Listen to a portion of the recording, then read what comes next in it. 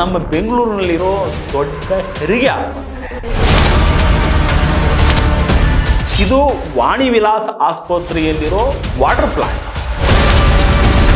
ಇಲ್ಲಿ ಕಾಯನ್ನು ಹಾಕಿದ್ರೆ ನೀರು ಮಾತ್ರ ಸಿಗ್ಬೇಕು. ಆದ್ರೆ ಇದ್ರೊಳಗಿಂದ ಜರಾಕ್ಸ್ ಬರ್ತಿದ್ಯಲ್ಲ. ಇಲ್ಲಿ ಒಬ್ರು ಡಾಕ್ಟರ್ ಇದ್ದಾರೆ, ಒಂದು ಫೇಕ್ ಮೆಡಿಕಲ್ ಸರ್ಟಿಫಿಕೇಟ್ ಬರೆದು ಕೊಡಿ ಅಂದ್ವಿ. ಅದು ಕೂಡ ಮುಂದಿನ ಡೇಟ್, ಫ್ಯೂಚರ್ ಡೇಟಿಗೆ ಬರೆದು ಕೊಡೋದಕ್ಕೆ ಮುಂದಾದರೂ ನಮ್ಮ ಡಾಕ್ಟರ್ ಸಾಯ. ದುಡ್ಡು ತಗೊಳ್ಳುವಾಗ ಮಾತ್ರ ತುಂಬಾ ಹುಷಾರಾಗಿ ಅವ್ರ ಅಸಿಸ್ಟೆಂಟ್ ಕೈ ಕೊಡಿ ಅಂತ ನಾಜೂಕ ಅಂತಾರೆ, ಚಾರ್ಕೊಳ್ತಾರೆ. ತಗೊಳ್ಳೋ ಸಂಬಳಕ್ಕೆ ನಿಯತ್ತಾಗಿ ದುಡಿಯೋಕೆ ಏನ್ ಬಂದಿರೋದು ದಾಳಿ. ಪಾಪದ ಕೆಲಸದಲ್ಲೂ ಪಾಲ್ ಕೊಡೋ ಕರುಣಾಮಯಿ ಸಂತೋಷ್ ಡಿ ಪ್ರಭುಗಳು.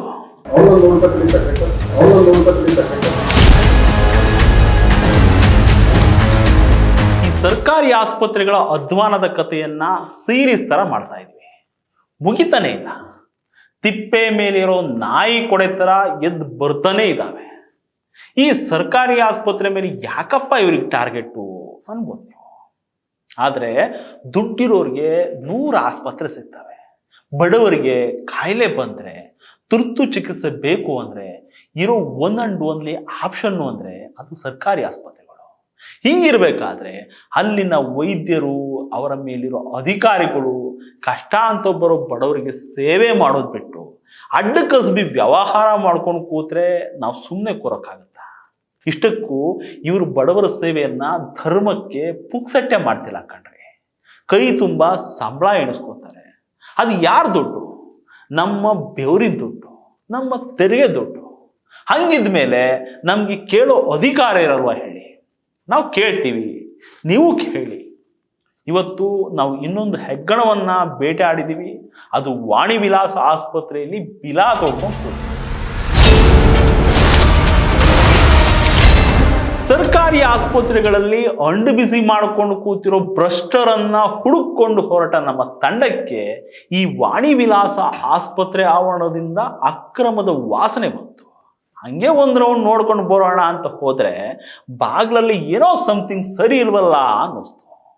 ನೋಡಿ, ಇದು ವಾಣಿ ವಿಲಾಸ್ ಆಸ್ಪತ್ರೆಯಲ್ಲಿರೋ ವಾಟರ್ ಪ್ಲಾಂಟ್. ಇದರ ಮೇಲೆ ನಮ್ಮ ಚಾಮರಾಜಪೇಟೆ ಶಾಸಕರು ಮತ್ತೆ ಸಚಿವರು ಆದಂತಹ ಜಮೀರ್ ಅಹಮದ್ ಅವರ ಫೋಟೋ ಕೂಡ ಇದೆ. ಇದು ಶುದ್ಧ ನೀರಿನ ಘಟಕ. ಇಲ್ಲಿ ಕಾಯನ್ನು ಹಾಕಿದ್ರೆ ನೀರು ಮಾತ್ರ ಸಿಗ್ಬೇಕು. ಆದ್ರೆ ಇದ್ರೊಳಗಿಂದ ಜರಾಕ್ಸ್ ಬರ್ತಿದ್ಯಲ್ಲ, ಏನಿದ್ರ ಮರ್ಮ ಅಂತ ನೋಡಿದ್ರೆ ಇದ್ರೊಳಗೆ ಜರಾಕ್ಸ್ ಅಂಗಡಿನೇ ಇಟ್ಕೊಂಡು ಕೂತ್ಬಿಟ್ಟವ್ರೆ. ಅಯ್ಯೋ, ಇದೇನ್ ಕರ್ಮ ಗುರು. ಈ ವಾಟರ್ ಪ್ಲಾಂಟ್ ಒಳಗೆ ಹಿಂಗೆಲ್ಲ ಮಾಡೋಕೆ ಯಾರು ಇವ್ರಿಗೆ ಪರ್ಮಿಷನ್ ಕೊಟ್ಟಿತ್ತು ಅಂತ ಕೇಳೋರು ಯಾರು ಕೇಳ್ತಿಲ್ಲ. ಸುಮ್ಮನೆ ಜೆರಾಕ್ಸ್ ಮಾಡಿಸ್ಕೊಂಡು ಅವ್ರು ಕೇಳಿದಷ್ಟು ದುಡ್ಡು ಕೊಟ್ಟು ಹೋಗ್ತಾ ಇದ್ದಾರೆ. ಈ ಸರ್ಕಾರಿ ಆಸ್ಪತ್ರೆ ಆವರಣದಲ್ಲಿ ಏನಾದರೂ ಕಮರ್ಷಿಯಲ್ ಆಕ್ಟಿವಿಟಿ ನಡೆಸಬೇಕು ಅಂದ್ರೆ ಅದಕ್ಕೊಂದು ಪದ್ಧತಿ ಇದೆ. ಅದಕ್ಕೆ ಅಂತ ಟೆಂಡರ್ ಕರಿಬೇಕು, ಆಕ್ಷನ್ ಆಗಬೇಕು, ಸರ್ಕಾರಕ್ಕೆ ಇಂತಿಷ್ಟು ಅಂತ ದುಡ್ಡು ಕಟ್ಟಬೇಕು. ಅವಾಗ ಅದಕ್ಕೆ ಅಂತ ಒಂದು ಜಾಗ ಫಿಕ್ಸ್ ಮಾಡಿಕೊಡ್ತಾರೆ, ಅಲ್ಲಿ ವ್ಯಾಪಾರ ವಹಿವಾಟು ಮಾಡ್ಕೋಬೇಕು. ಅದು ಬಿಟ್ಟು ಮನೆಯಲ್ಲಿ ಜೆರಾಕ್ಸ್ ಮಿಷಿನ್ ಐತೆ ಅಂತ ತೊಂದು ಹಿಂಗೆಲ್ಲ ಎಲ್ಲಿ ಸಿಕ್ಕರೆ ಅಲ್ಲಿ ಮಿಷಿನ್ ಇಟ್ಕೊಂಡು ಜೆರಾಕ್ಸ್ ಮಾಡ್ಕೊಳಂಗಿಲ್ಲ.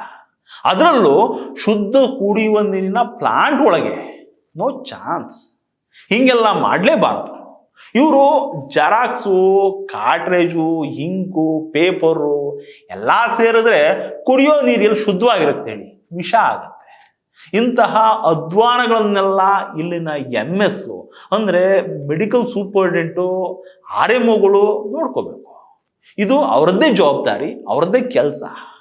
ಇನ್ನು ಹಿಂಗೆ ರಾಜಾರೋಷವಾಗಿ ವ್ಯವಹಾರ ಮಾಡ್ತಾರೆ ಅಂದ್ರೆ ಅವರಿಗೂ ಇದರಲ್ಲಿ ಪಾಲಿದ್ಯಾ ಅಂತ ಗುಮಾನಿ ಬರುತ್ತೆ ಅಲ್ವಾ? ಯಾಕಂದ್ರೆ ಇದು ನೋಡೋದಕ್ಕೆ ಜೆರಾಕ್ಸ್ ಮಿಷನ್ನು ಸಣ್ಣ ವ್ಯಾಪಾರ ಅನ್ಸುತ್ತೆ. ಆದ್ರೆ ಇದು ಎಂತ ಆಯಕಟ್ಟಿನ ಜಾಗ ಅಂದ್ರೆ ಇಲ್ಲಿ ದಿನಕ್ಕೆ 25-30 ಸಾವಿರ ವ್ಯವಹಾರ ಆಗುತ್ತೆ. ಹಿಂಗೆಲ್ಲ ಅಕ್ರಮವಾಗಿ ಎಲ್ಲಂದ್ರಲ್ಲಿ ಅಂಗಡಿ ತೆಗೆಯೋದು ಸಣ್ಣ ವಿಷಯ ಅಲ್ಲ. ಹಿಂಗೆಲ್ಲ ವಾಟರ್ ಪ್ಲಾಂಟ್ ಅಲ್ಲಿ ವರ್ಕೌಟ್ ಮಾಡೋದು ಬಿಟ್ಟು ರೂಲ್ಸ್ ಪ್ರಕಾರ ಒಂದು ಕೌಂಟರ್ ತೆಗೆದುಕೊಟ್ರೆ ಸರ್ಕಾರಕ್ಕೆ ಆದಾಯವೂ ಬರುತ್ತೆ. ಇಷ್ಟಕ್ಕೂ ನಮ್ಮ ಜಮೀರ್ ಸಾಹೇಬ್ರು ಹಿಂಗೆಲ್ಲ ಸುಮ್ಮನಿರಲ್ವಲ್ಲ. ಏನೋ ಅವ್ರ ಗಮನಕ್ಕೆ ಬಂದಿಲ್ವೇನೋ, ಇವಾಗ ಬರುತ್ತೆ ಅಂದ್ಕೊಂಡಿದೀವಿ. ನೋಡೋಣ ಅವರೇನಾದರೂ ಕ್ರಮಕ್ಕೆ ಮುಂದಾಗ್ತಾರಾ ಅಂತ. ಇನ್ನು ಈ ವಾಣಿ ವಿಲಾಸ ಆಸ್ಪತ್ರೆ ಇದೆಯಲ್ಲ, ಇದು ನಮ್ಮ ಬೆಂಗಳೂರಿನಲ್ಲಿರೋ ದೊಡ್ಡ ಹೆರಿಗೆ ಆಸ್ಪತ್ರೆ. ಇಲ್ಲಿ ಒಬ್ರು ಡಾಕ್ಟರ್ ಇದ್ದಾರೆ, ಅವ್ರ ಹೆಸರು ಡಾಕ್ಟರ್ ಸಂತೋಷ್ ಡಿ ಪ್ರಭು ಅಂತ. ಇವರದ್ದು ಅದೇ ಕತೆ. ನಮಗೆ ಒಂದು 10 ದಿನ ರಜಾ ತಗೋಬೇಕು, ಮಕ್ಕಳನ್ನ ಕರ್ಕೊಂಡು ಟ್ರಿಪ್ ಹೋಗ್ತೀವಿ ಸರ್, ಒಂದು ಫೇಕ್ ಮೆಡಿಕಲ್ ಸರ್ಟಿಫಿಕೇಟ್ ಬರೆದು ಕೊಡಿ ಅಂದ್ವಿ. ಅದು ಕೂಡ ಮುಂದಿನ ಡೇಟ್ಗೆ.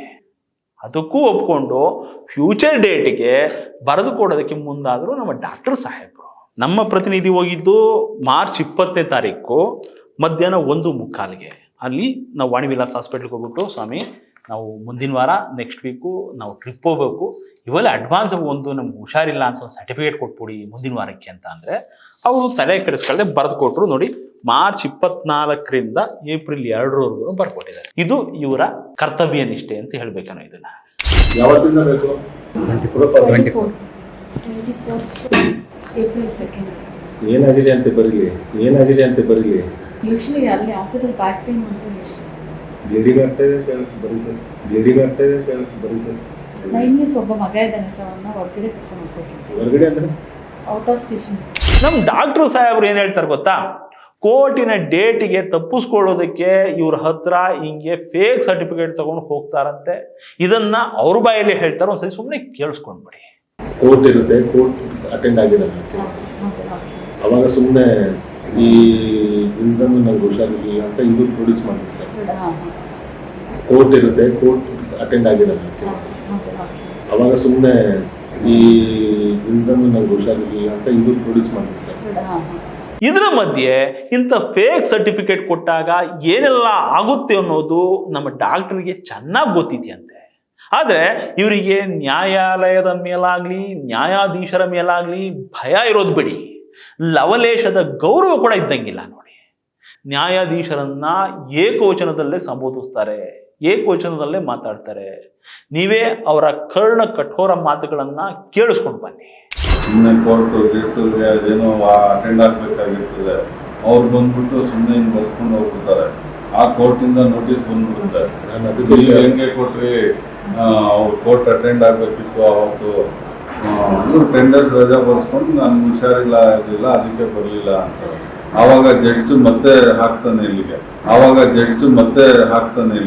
ನೀವು ಹೆಂಗೆ ಕೊಟ್ರಿ ಅದು ಕರೀರಿ, ಅದು ಬೋರ್ಡ್ಗೆ ಇಟ್ಬಿಡ್ತಾರೆ. ಆಮೇಲೆ ನಾ ಡಾಕ್ಟ್ರು ಹೋಗಿ ಅಲ್ಲಿ ನಿಂತ್ಕೋಬೇಕು.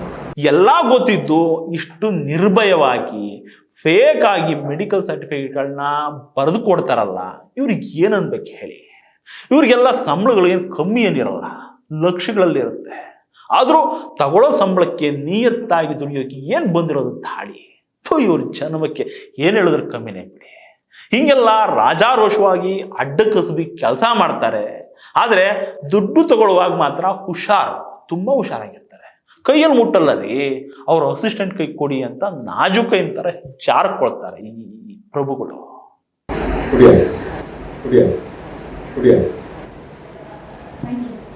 ಆದ್ರೆ ತಮ್ಮ ಅಸಿಸ್ಟೆಂಟ್ಗೆ ಲಾಸ್ ಮಾಡಲ್ಲ ಪಾಪ ಇವರು. ಅವ್ರಿಗೂ ಸಪ್ರೇಟ್ ಆಗಿ ಒಂದು 200 ರೂಪಾಯಿ ಕೊಟ್ಬಿಡಿ ಮೇಡಮ್ ಅಂತ ಎಷ್ಟು ಚೆನ್ನಾಗಿ ಹೇಳ್ತಾರೆ ನೋಡ್ರಿ. ಅದನ್ನ ಒಂದ್ಸತಿ ಕೇಳಿಸ್ಕೊಂಡ್ಬಿಡಿ.